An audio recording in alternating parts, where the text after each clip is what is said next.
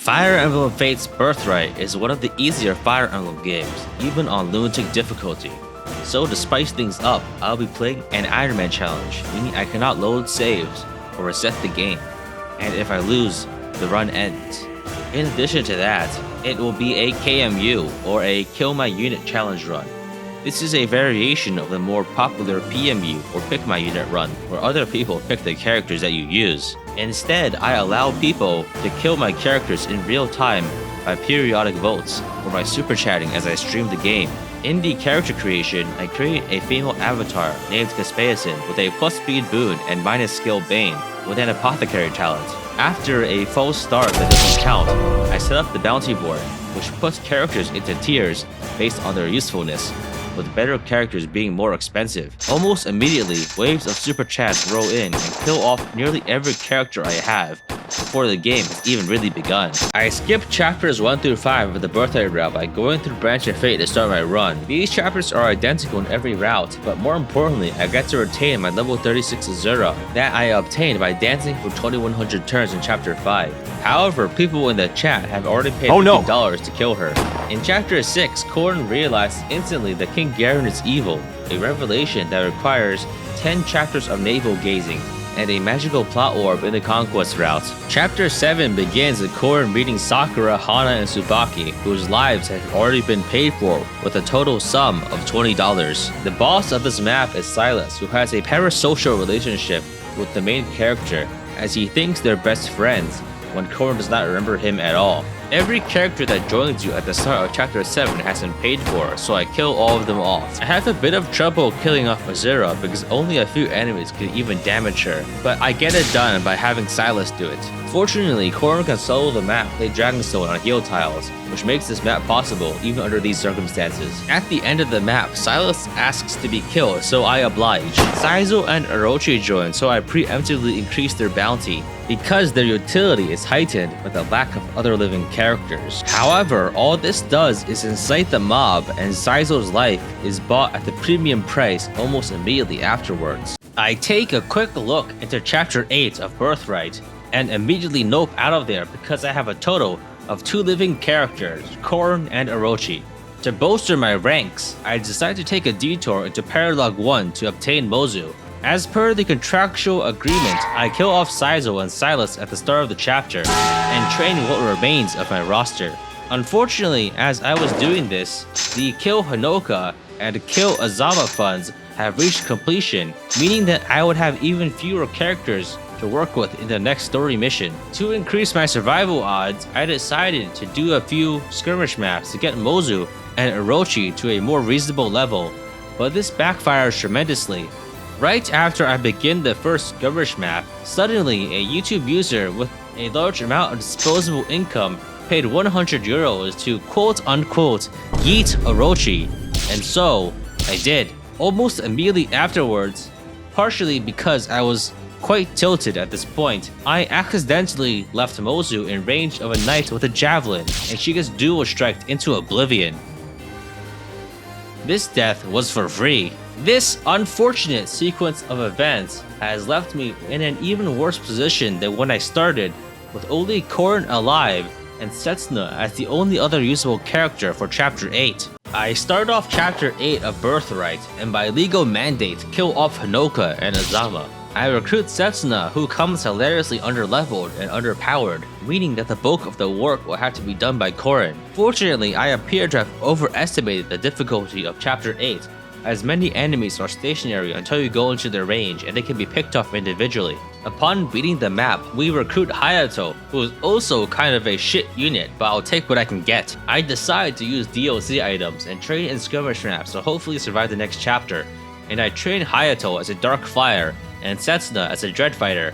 Right as I begin chapter 9, one friendly YouTube user tells me that they love my content and that they have wanted to donate for a while to repay the enjoyment they get from my videos. They wish me a happy holiday and tell me to kill Hayato. And right after that, another YouTube user asks me, how about I kill Setsuna too? Oh dear. In the middle of chapter 9, you can also recruit Hinata and Oboro, who could possibly salvage the run, but they are also killed off leaving me with no hope of survival. Since Corrin is the only character that I have left, I cannot use guard stance to avoid being dual striked, drastically increase the damage she receives. With no more options available to me, I decide to YOLO it and immediately get mobbed in the starting room by a mix of physical and magical enemies with 1 to 2 ranged weapons that I cannot effectively defend against. I must use a Dragonstone for the defense bonus or die instantly, so I cannot counterattack them. I desperately attempt to prop myself up with tonics, but it's not enough, and after an unlucky series of Dragon Fang and crit overkills, Corrin dies, marking the first Birthright KMU and bloody, profitable failure. For Season 2 of the Fire Emblem Fates Birthright Kill My Unit Ironman, I reworked the bounty board to look a bit nicer, and all of the unfulfilled bounties from Season 1 are carried over. The prices were raised by the chat's request and confirmed with the poll. The second avatar I make is a male Corrin named Cornucopia with a plus defense boon, minus luck bane, and a knight talent. This has already happened on its own, but I now officially allow multiple people to pool together donations for individual character bounties.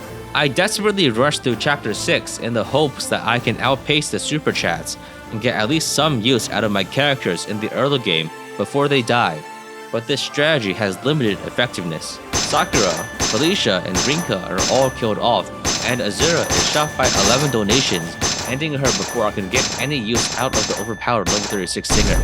Fortunately, as a result of my haste, the raised prices, and the steady depletion of my viewers' wallets, I managed to make it out of Chapter 7 with 6 living characters.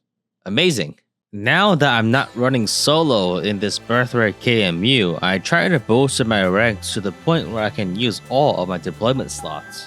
I recruit Mozu and promote Orochi into a dark fire to make her stronger and more capable of capturing enemies once I'm able to construct the prison. I then enter Chapter 8, wherein Hanoka, Azama, and Kaze are all killed.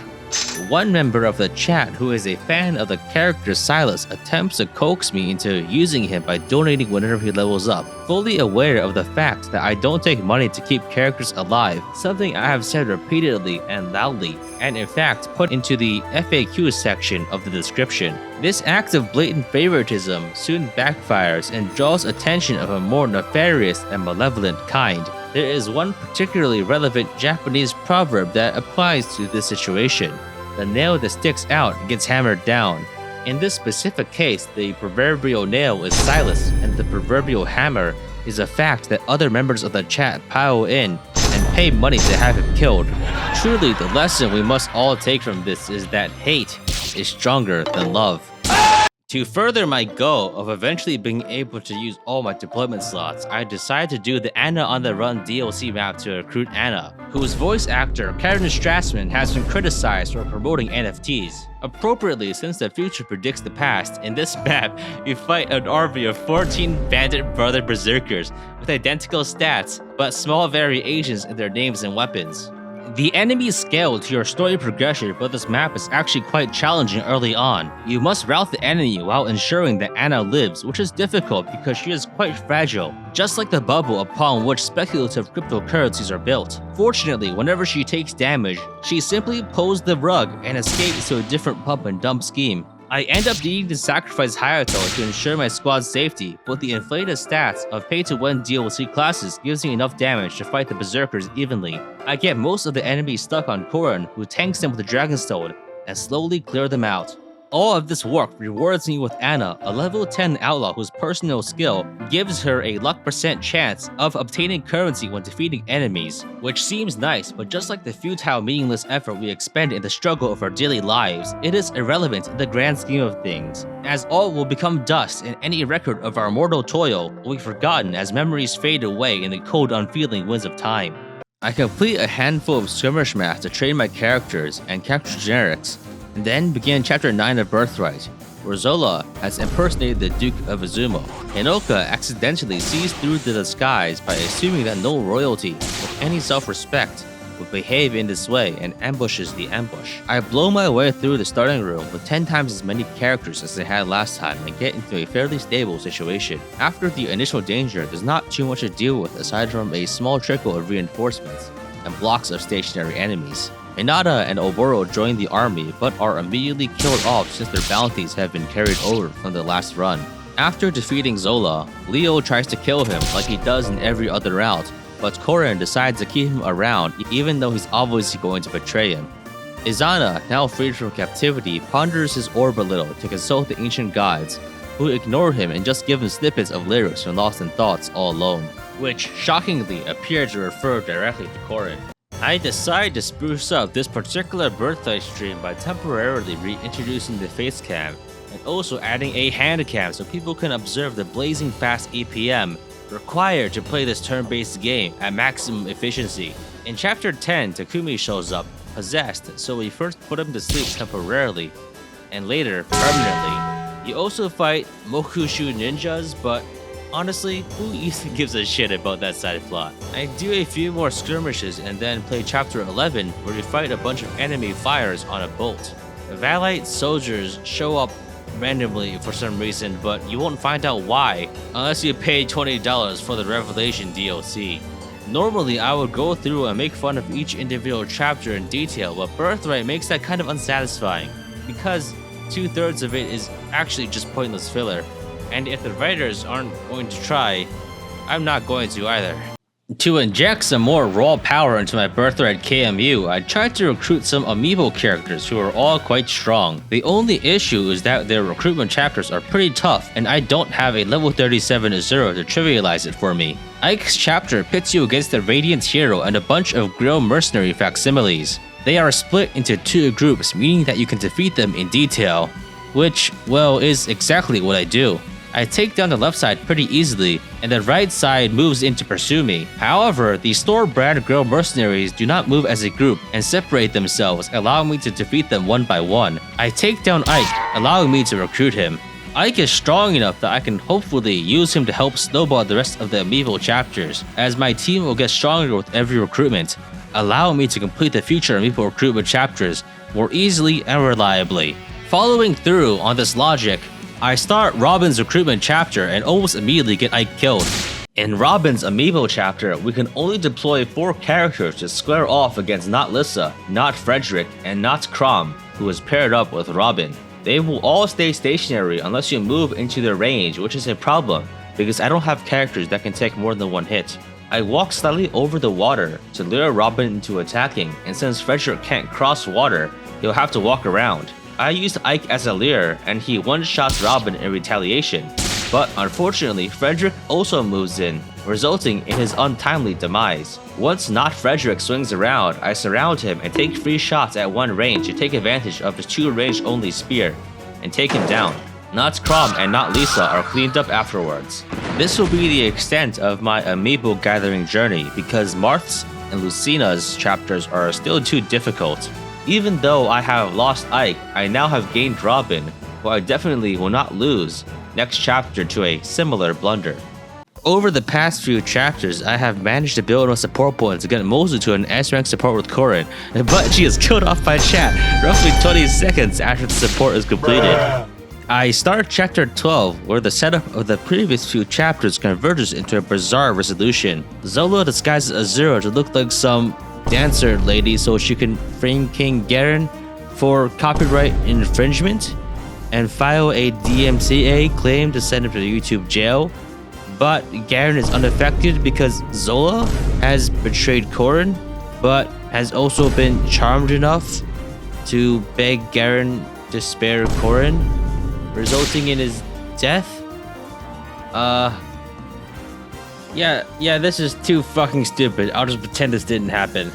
Chapter 12 is an escape map that is famous for being easily skipped by flying to the escape point, but I decide to attempt to grab the treasure first. However, Xander, who is too strong to fight at this point in the story, pursues you, and he catches up to my rear guard and slays Robin. Shortly afterwards, in my haste to make changes to the bounty board, I accidentally delete my entire OBS scene. This causes literally everything to break, and my software crashes prematurely ending the stream. After recovering from the system crash, I limp away and escape to complete chapter 12.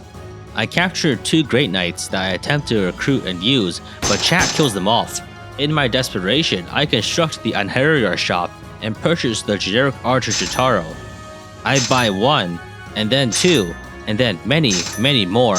I grind some gold in skirmish maps and DLCs so my barracks can be filled to the brim with Jitaro. I start chapter 13, which begins with a suggestive cutscene involving Camilla, but I no longer care about such trivial things, because my primary concern is to figure out how to make Jitaro useful. You see, waifus are temporary, but the glory of Jitaro is eternal. Jitaro arrives as a level 1 archer with horrifyingly bad base stats and awful growths, his only merit being that you can obtain an infinite amount of Jitaro. I tried to train a couple of them, but the Jitaro attrition rate is too high and I never get one that's any good. I lure Camilla with a Jitaro and attempt to go for the kill with a Jitaro, but you can't hit her. They're really bad. Well, if nothing else, at least the memes you guys sent in were pretty funny. After killing off Ryoma and Starlet off screen, I begin chapter 14 and cease all rational thought, as it will no longer be required to beat the game. I reclass Corrin into a knight and promote him into a general, giving him 38 defense, which is more than enough to just win. The entire rest of my team is now irrelevant. After clearing all of chapter 14, I start chapter 15, wherein a bunch of wolves are blown up, triggering a fight in which the entire wolf clan is slaughtered because of this little oopsie doodle. Kaze dies in the cutscene and I reclass Corrin into a dread fighter, and I play chapter 16, where Takumi comes down with a disease, forcing us to play a boring route map. After brainlessly face-tanking through that entire map, I beat chapter 17, where Corrin slaughters the entire Ice tribe and Flora commits suicide by self-immolation.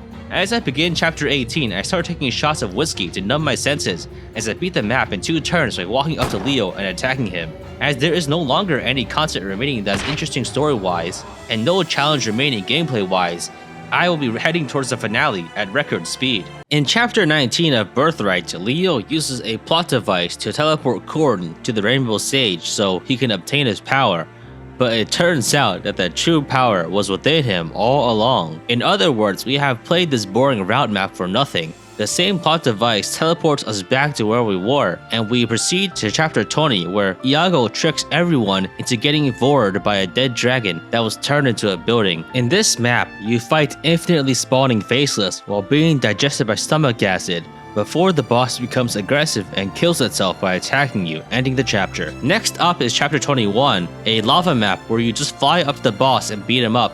This leads us to a secret passageway into the Norian capital in chapter 22, where we fight Shura and his 62 friends. Unfortunately, he cannot be made into a pair of boots in this route, but just like all of the other chapters, this map is easily trivialized by existing and ending your turn. The next 5 chapters of Birthright are specifically about beating up each of the remaining named characters individually. Chapter 23 is Camilla's map, who simply recycles her character motivations from chapter 13. This is normally a difficult map if you use a full deployment, because she regularly activates dragon veins that damage every character in one of the 3 sections of the map. This mass damage can be difficult to overcome with 12 characters, but with just one is just 10 damage a turn. I beat the map by using my usual tactics. Next up is chapter 24, which is Hansa's map. Lilith shows up for her literal first appearance in the route, and is instantly killed by Hans, who you in turn kill during the map by walking towards him. Shortly afterwards in chapter 25, you walk towards Iago and beat him up, but don't kill him because Leo pops up out of nowhere to kill-steal you before fucking off and doing nothing more for the story. In chapter 26, Xander challenges you to an honorable duel and in the process kills Elise. Disheartened, Xander then decides to commit suicide by Corrin and dies impaled on the cob. Finally, chapter 27, Corrin fights Garen and learns Replicate, so this is now technically not a solo run. After getting jump scared by a general encounter, I defeat Garen and end the map. Now that we have finished speedrunning killing our adoptive family, we now move on to the final map, which actually poses an interesting challenge for a roster as diminished as mine. In the final map of this Birthright KMU, King Garen transforms into a gigantic dragon and instantly kills Corrin to the benefit of all that still live. Corrin has a dream sequence where 4 dead people and 3 living ones cheer him on, giving him the plot-mandated power he needs to stand up against his adopted Not's father. Azura starts singing copyrighted music, forcing Garen to have stupid AI that wastes his first 11 turns activating dragon veins that don't matter. Oh wait, that happens anyway, never mind. My plan, instead, is to rush Corrin and his replicant in to attack while all of my other characters expend their lives as human shields. However, I mess up my unit placement and am unable to secure the kill, in part due to the unpredictability of enemy movement and in part because of my inebriation. A dozen Jitaros die as I go in for the kill. I strike twice with the Alpha Yato, but I am unable to finish Garen off immediately with the second Corrin. Since there are roughly 10 million enemies remaining and I'm liable to getting mobbed and killed, in a moment of sheer brilliance, I decide to emergency class change Corrin into a Great Knight to gain more defense. Because replicates will mirror most changes to the original character and vice versa, both of the Corrins benefit from this defense bonus. Corrin takes a lot of hits but survives by a decent margin, and I land the final blow on Garen, defeating him and completing the run. As Garen dissolves into mist, he mutters something about his backstory that is not expanded on even if you pay $20 for the Golden Route DLC, and simultaneously, Azura decides to join the Blue Man group in the sky as she is banned from YouTube for a third copyright strike. Alas, we could have saved her. If only we paid $20 for the Revelation DLC. In the following cutscene, Ryoma becomes king and insidiously forces Nor to become a mere vassal state dependent on Imperialist Hoshido's bountiful resources. After a jubilant festival to celebrate their bloody conquest, Corrin walks out to a lake and faintly sees a $20 bill floating in the lake, but alas does not use it to save Azura. The game ends as the Hoshidan siblings report to their dead mother, who visibly approves of the countless lives extinguished in her name. This concludes the Fire Emblem Fates Birthright Kill My Unit Ironman.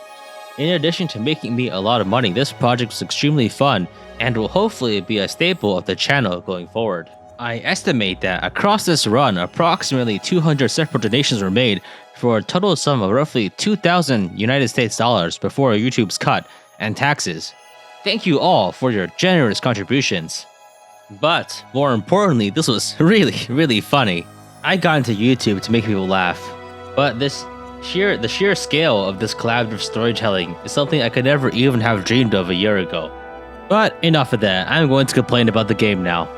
Unfortunately, I seem to have seriously overestimated the difficulty of the Birthright route, as I was able to blow through the second half of the game in only a couple of hours.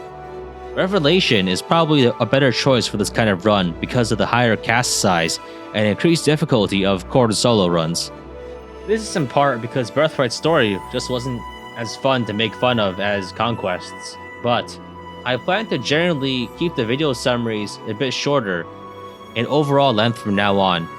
Maybe I'm just tired of doing a lot of Fire Emblem Fates content, but I don't really see myself doing another 50 episode series like I did for Conquest. Anyway, if you like this series, please subscribe to my YouTube channel.